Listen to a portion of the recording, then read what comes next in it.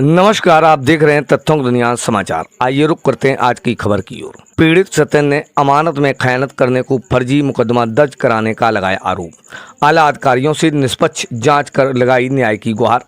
आपको बताते चलें, पीड़ित सत्येंद्र पटेल ने वेद प्रकाश द्वारा अमानत में खयानत करने की नीयत से कोतवाली कन्नौज में दर्ज कराए मुकदमे के संबंध में अपना पक्ष रखते हुए आला अधिकारियों से निष्पक्ष जांच कराकर न्याय दिलाने की गुहार लगाते हुए न्याय और दी गई अमानत वापस दिलाए जाने की मांग की। आइए क्या कहा पीड़ित सत्येंद्र पटेल ने, दिखाते हैं आपको इस खास खबर में।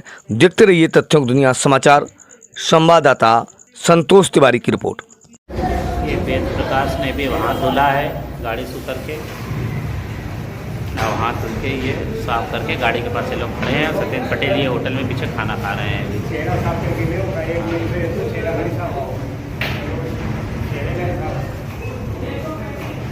फोटो खींच लो। ये मोबाइल से वेद प्रकाश बात कर रहे हैं। हाफ पैंट लोअर पीली टी शर्ट में, हाँ वो लोअर पहने हैं। वही अभी तो आ जाए ना, वो खाना खाएंगे भैया। बॉडी लैंग्वेज सब कुछ। ये आ रहे हैं, ये बात कर रहे हैं। ये गाड़ी के पास टहल रहे हैं। गाड़ी की गेट बंद किया ये सत्येंद्र पटेल के साथ में, और ये सब तीनों लोग अंदर आ रहे हैं। अब ये देखिए, ये होटल के अंदर आते हुए आ गए हैं। अब ये पीछे तरफ जो चेयर पड़ी है वहाँ पे जाके बैठ गए। ये खाना खाने लगे बैठ कर।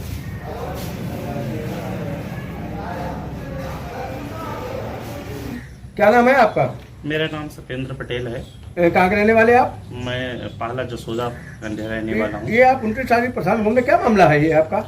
ये पूरी घटना ऐसी है कि हमारे जसोदा में ही हमारी गाड़ी चलाते थे। जसोदा के ही रहने वाले हमारे राम खिलावन हैं, तो वो हमारी कार चलाते थे।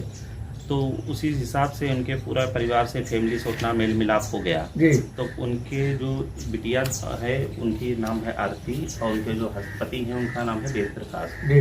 जो वेद प्रकाश हैं ये रहते हैं कलेक्टेड में। सर थोड़ा कम शब्दों में बताएं। मैंने कलेक्टेड में ये काम करते हैं। अच्छा। पढ़ते हैं ये नहीं पता, काम करते हैं कलेक्टेड में। शायद सेकंड फॉलोवर हैं, ये काम करते हैं। तो उसमें क्या हुआ, तो मेल मिलाप जब हो गया तो ये परेशान रहते। जब मेल मिलाप ज़्यादा हो जाता तो उन्होंने एक समय प्लॉट खरीदने के लिए मुझसे 1,40,000 रुपये की कहा कि मुझे घट रहे हैं, पैसे दे दीजिए, मैं आपको जल्दी लौटा दूंगा। तो मैंने दया खा के इनको कि चलो यहाँ के रहने वाले हैं, हमारे इनके पिता इनकी गाड़ी चलाते हैं और ये रिश्ते नातेदार भी हैं, तो हमने उनको पैसे दे दिए। पैसे देने के बाद में इन्होंने लगभग 4 माह पूर्व 20,000 रुपये जो थे वो मुझे लौटा भी दिए। इसके बाद जब मैं इनसे पैसे और मांगने लगा कि भाई अब बहुत समय हो गया, 1 साल हो गया, अब तो पैसे आप दे दीजिए, तो ये फिर इनका रवैया बदल गया। ये धमकी देने पे आमादा चालू हो गए कि तुमको फंसवा देंगे, जानते नहीं हम डीएम साहब के यहाँ काम करते हैं, तो ये फ़ोन में तुम्हारे पर फर्जी मुकदमा लगवा देंगे, हर्जनेट लगवा देंगे, और जगन हमारे पर धमकी देने लगी ये चीज़। पिछले लगभग 4-5 दिन 26 तारीख के लगभग में इन्होंने फिर हमसे यही उल्टा सीधा जवाब दिया, धमकी दी, हमको कोशिश की।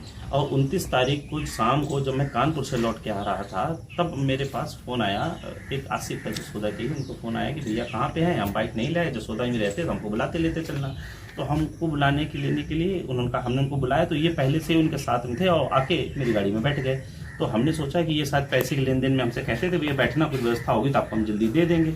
तो बैठ गए गाड़ी में। गाड़ी में बैठने के बाद में हमारे फिर कहने लगे कि भैया अब हम पैसा का आपका इंतजाम जल्दी कर देंगे, पर आज हम बहुत भूखे हैं, तो चलो आज कुछ खाना आना कुछ खिला दीजिए आप। तो कहा कि वो यहाँ के नातेदार हैं भाई हमारे। आपने इनको कितने बजे कार में डाला? लगभग मैं 7 बजे के आसपास उनको बिठाया शाम को। हाँ, क्योंकि हम कानपुर से लौट रहे थे, तो हम टोल जो हमारा टोल प्लाजा से राजपुर जो टोल प्लाजा है, लगभग में हम वहाँ 4:45 बजे हम टोल प्लाजा में थे। तो उसके पास आपका टोल कागज? बिल्कुल, मेरे पास टोल कागज पूरा है, रिकॉर्डिंग निकला दे सकते हैं, मेरे पास मैसेज भी है। अच्छा है मेरे पास जी। इसके बाद हम लोग फिर इनको गाड़ी में बिठाए, फिर पाल चौराहे पे गए। इनको जो गाड़ी पे ये हमारी बैठे हैं, ये डीएम कार्यालय के जो तिराहा है ब्रिज के नीचे, वहीं पे ये हमारी गाड़ी में बैठ गए, और साथ में आसिफ भी बैठ गए। और उसके बाद जाने के बाद में ये पाल चौराहे गए, वहाँ पे पान मसाला खरीदा।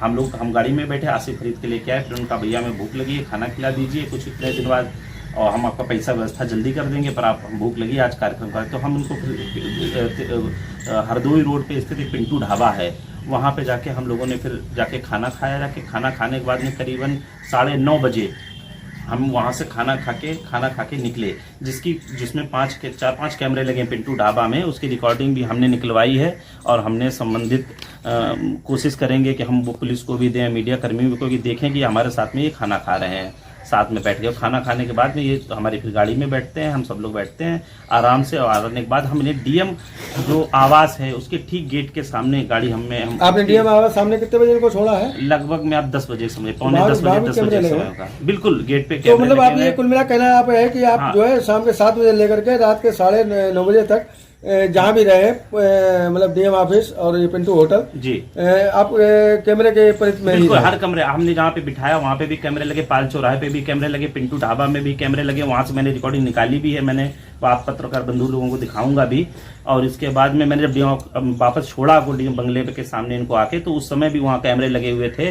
अगर मैंने कोई इनका घटना की होती तो इनके शरीर में चोट होती उस समय, या खाना खाते समय जब खाना खा रहे थे पिंटू ढाबा में, तो पुलिसकर्मी भी थे, वो भी वहीं पे खाना खा रहे थे।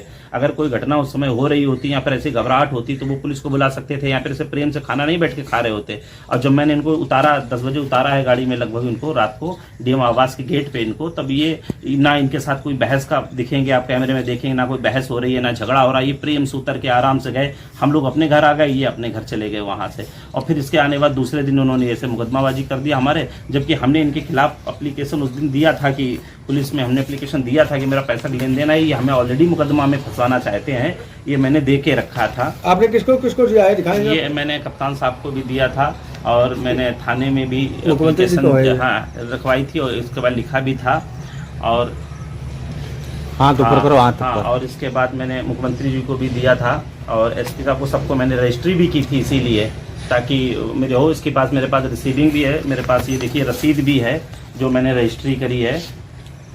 मुझे पता था कि ये लोग ठीक नहीं, क्योंकि बाद में मैंने जब पैसा देने के बाद पता किया लोग, तो ये लोग पता चला इनके पास बहुत देर प्रकाश पर कर्जा है और जुआरी और शराबी भी हैं, इसीलिए पत्नी ने मिलकर हमारे ऊपर ये आरोप लगाया है। तो आप प्रशासन से क्या गुहार लगाएंगे? प्रशासन का तो सत्यता की जांच किए जाए। बहुत से ऐसे प्रूफ हैं जो मेरी सत्यता को प्रमाणित करते हैं कि मैं निर्दोष हूँ, और मुझे जो मुकदमा, फर्जी मुकदमा में लोगों ने फांसा है, उस मुकदमा से मुझे दोष मुक्त किया जाए और उनके ऊपर कार्रवाई की जाए और मेरा पैसा वापस दिलवाने की कष्ट किया जाए।